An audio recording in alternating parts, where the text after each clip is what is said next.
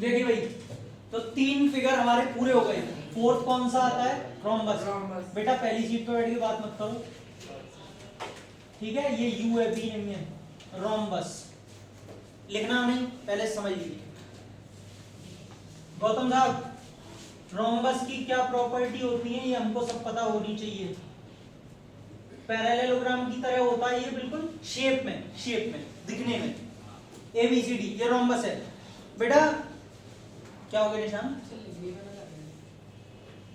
Rhombus के लिए आपको क्या प्रूव करना है या क्या नहीं करना वो सभी बच्चे समझेंगे। हाँ भाई, रोम्बस की सारी साइड्स कैसी होती हैं? पक्का? यानी कि हमारे पास में मान लीजिए कोई एक पैरेललोग्राम मिल गया। अगर मैं किसी पैरेललोग्राम तो कल बता दिया था ना? पैरेललोग्राम की अगर मैं सारी साइड्स को इक्वल और कर दूं तो बेटा वो क्या हो जाएगा? पक्का? तो पहली property, if all the sides of a parallelogram are equal, सारी साइड्स की बात हो रही है, then it is a rhombus। बेटा पैरेललोग्राम की अपोजिट साइड इक्वल होती हैं, अपोजिट साइड पैरेलल होती हैं। सेम रोम्बस की अपोजिट साइड इक्वल होती हैं, अपोजिट साइड पैरेलल होती हैं। अपोजिट एंगल्स इक्वल होते हैं, रोम्बस के, पैरेललोग्राम के भी होते हैं।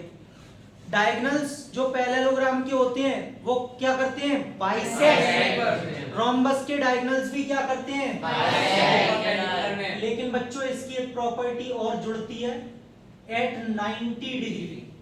ये 90 डिग्री पर करते हैं, यहां पर भी 90 बनाते हैं, समझ गए?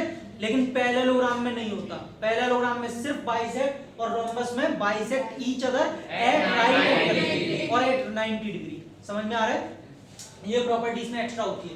तो बेटा इसीलिए मैंने आपको बोला, अब आपको कभी भी रोम्बस प्रूव करने के लिए आए, क्या करोगे? सिर्फ इतनी सी बात ध्यान रख लो, इसकी एक ही प्रॉपर्टी प्रूव करने की एक ही चीज ध्यान रखनी है, उसको सबसे पहले पैरेललोग्राम प्रूव करना।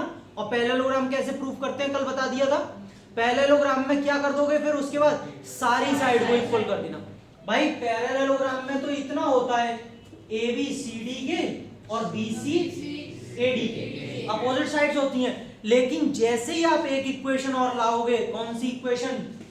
AB को जैसे ही आप BC के इक्वल और कर दोगे, एडजेसेंट साइड को किसी भी, चाहे इसको इसके किसी भी दो साइड को और इक्वल प्रूव कर दोगे एडजेसेंट को, तो from equation 1, 2 and 3 all the 4 sides are equal, so it is a rhombus. समझ में आया? तो रोम्बस पे कैसे पहुंचना है समझ में आया? पैरेललोग्राम करने के बाद एक लाइन ये लिखना, एक लाइन ये लिखना, क्योंकि ये तो पैरेललोग्राम की प्रॉपर्टी होती है।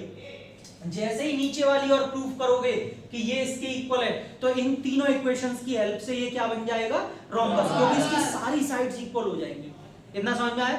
टिक लगा दिया है। कल भी मैं बता रहा था कि टिक लगा दूंगा जो आपको प्रूव करने में हेल्प करेगी, ये प्रॉपर्टी प्रूविंग में हेल्प होगी। अब आगे की बात सुने, बाकी प्रॉपर्टीज जो आपको पता होनी चाहिए रोम्बस के बारे में। हाँ बेटा, रोम्बस के बारे में, opposite sides are equal and parallel. सुनते जाएं, बाद में लिखिएगा। Parallel, diagonals of a rhombus bisect each other at 90 degree और राइट एंगल्स। एक ही बात है बेटा, अपोजिट एंगल्स आर इक्वल, ये नहीं लिखा रहा हूं, बहुत ही सिंपल है, इसका कुछ नहीं होगा। डायगोनल्स का हो गया, अंदर 90 होता नहीं, वहां पे 90 होता है, ठीक है। एरिया ऑफ रोम्बस कोई बच्चा बताना चाहेगा? गुड, ज्यादा चिल्लाना नहीं है, बस बताना है। अच्छी बात है, बहुत बढ़िया लगा मुझे। Half D1 into D2 where Rajat D1 diagonal 1 और D2 डायगोनल 2, ठीक है बेटा विकास? D1 D2 का मतलब दोनों डायगोनल, तो half D1 D2 area of rhombus होता है। सब बच्चों को समझ में आ गया? एरिया का फॉर्मूला याद रखना है, 1 नंबर में क्वेश्चन आएगा। ये प्रॉपर्टी याद रखनी है जो कि किसके काम में आती है। ऐसा नहीं है प्रूविंग में काम नहीं आएंगी, ऐसे तो आएंगी आपके आगे जाके, किसी किसी में ये वाली लग रही होगी, लेकिन मेन आपकी यही वाली है। मेन यही वाली है। हाँ किसी किसी में इनका यूज हो रहा होगा, ठीक है, तो उसमें यूज कर लेंगे। तो बेटा ये प्रॉपर्टी लिख लो और रोम्बस खत्म। अब सिंपल जाएगा। तेजस बात है स्क्वायर की।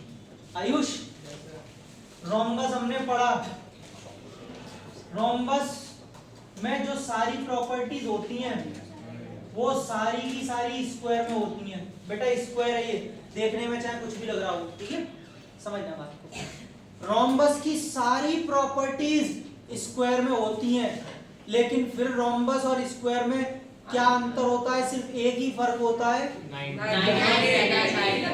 सिर्फ स्क्वायर में यहाँ पे सारे एंगल्स 90 होते हैं, जो रोम्बस में नहीं होते। यही फर्क है बस रोम्बस और स्क्वायर में। बच्चों प्रूव करने के लिए आप ये सीखते चलो कि आपको कहाँ पे क्या चीज और बढ़ानी है जिससे फिगर चेंज होता जाएगा। जैसे आपने रोम्बस प्रूव करना है, आपने उस थ्योरम से कर दिया, वो सॉरी उन प्रॉपर्टी रोम्बस कर दिया, अब आपको उसको ही आगे स्क्वायर पे ले जाना है। तो रोम्बस तो पहले से प्रूव कर रखा है, बस उसमें आप क्या प्रूव करोगे? सिर्फ एक एंगल 90 आपने कर दिया रोम्बस में, तो वो किस में कन्वर्ट हो जाएगा? स्क्वायर। समझ गए? प्रॉपर्टीज वही चलेगी। मैं थोड़ा सा आपको लिखा रहा हूं, पहले सभी बच्चे देखेंगे। If one angle of a rhombus, अगर एक एंगल भी रोम्बस में कैसा हो गया? 90. If one angle of a rhombus is 90, then it is a square. बेटा ये प्रॉपर्टी स्क्वायर प्रूव करने के लिए यूज करनी है। सुनेंगे सभी, पहले लिखना मत, बाकी सारी सेम रहेंगी। Diagonals of a square bisect each other, कहां पर? 90 पर।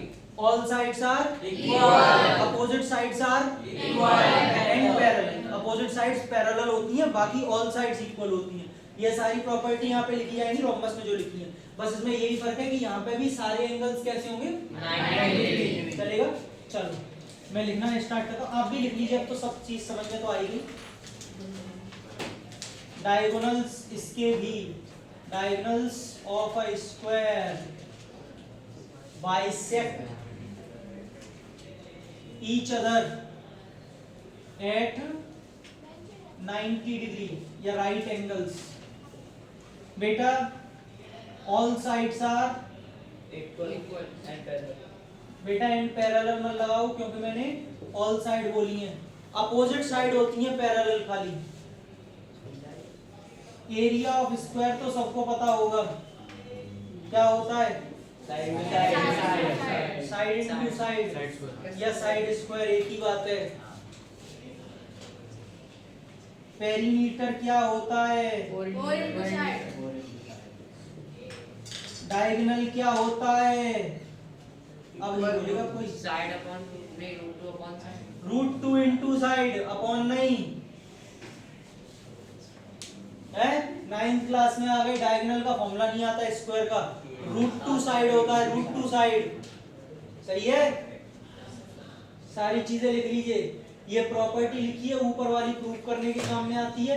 ऐसे तो प्रॉपर्टी लिखने को तो और भी चीजें लिख सकते हो, लिखने को तो बहुत सारी हैं। ऑल एंगल्स आर 90, लिखते जाओ जितनी लिखनी है, तो जितनी होंगी मतलब सारे एंगल 90, सारी sides equal, opposite sides equal होती हैं, अपोजिट एंगल्स इक्वल होते हैं। एक बात और बोलूं, डायगोनल्स एक अंतर और मिल गया रोम्बस और स्क्वायर में, वो भी सुन लो बेटा। डायगोनल्स इसके भी बाइसेक्ट करते हैं और रोम्बस के भी करते हैं, लेकिन इसके डायगोनल्स इक्वल भी होते हैं, रोम्बस के डायगोनल इक्वल नहीं। गलती से भी मत कर देना, पता है याद करने का एक तरीका और बता दूं, जैसे कंफ्यूजन हो कभी डायगोनल्स रोम्बस के इक्वल होते हैं कि नहीं, उसका एरिया याद कर लिया करो। एरिया ऑफ रोम्बस क्या आता है? Half d1 into d2। अभी लिखाया था ना, डायगोनल अलग होते हैं इसीलिए d1 और d2 नाम दिया गया है। ऐसे याद करने का तरीका है कि डायगोनल्स रोम्बस के कभी भी इक्वल नहीं होते, लेकिन स्क्वायर के diagonals of a square are equal. जो इसके डायगोनल्स होते हैं वो इक्वल होते हैं। बेटा एक फिगर और बताया था जिसके डायगोनल्स इक्वल होते हैं, कौन सा था? ट्रेपेजियम, पैरेललोग्राम, रेक्टेंगल, रोम्बस या स्क्वायर में से। स्क्वायर के तो होते ही हैं। एक फिगर और बताया था rectangle. Very good, side angle side से प्रूफ भी करवा दिया था ओरली। मेरा मुंह क्या देख रहे हो, भूल जाते हो, कुछ पढ़ के नहीं आते हो तो। डायगोनल्स ऑफ अ स्क्वायर और रेक्टेंगल, यही दो फिगर हैं जिनके डायगोनल्स कैसे होते हैं, बराबर भी होते हैं, इक्वल भी होते हैं। चलो बेटा स्क्वायर हो गया, जल्दी से नोट कर लो। देखिए चलिए काइट और देखिए फिगर बना लीजिए।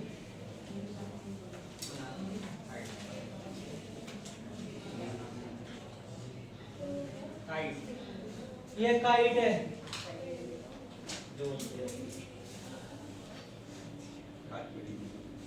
कोई बात नहीं है, मेरी ऐसी बनी है, तुम अच्छे से बनाना। बेटा काइट की सिर्फ एक प्रॉपर्टी सुन लीजिए, इस पे कोई क्वेश्चन नहीं आता है, कोई भी यूज नहीं है ऐसा खास इसका, बस एक ही चीज है, एक ही प्रॉपर्टी है, वो सुन लीजिए क्या होती है।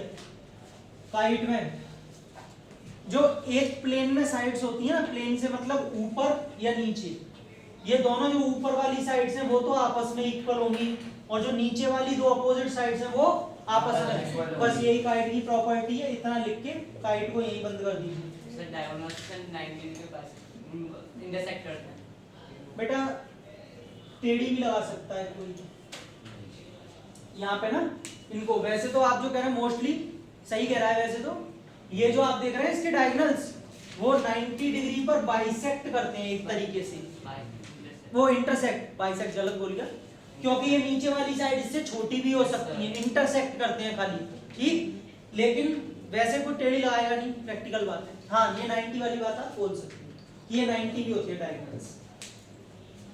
चलिए हो गया। तो बेटा मैं आपको बता दूं क्वाड्रिलेटरल की थ्योरी खत्म हो गई, समझ में आ गया क्या हो गया, सारे फिगर्स खत्म हो गए, अब हम क्वेश्चंस पे और थ्योरम्स पे चलेंगे। किसी को डाउट तो नहीं था कोई? बंद करना।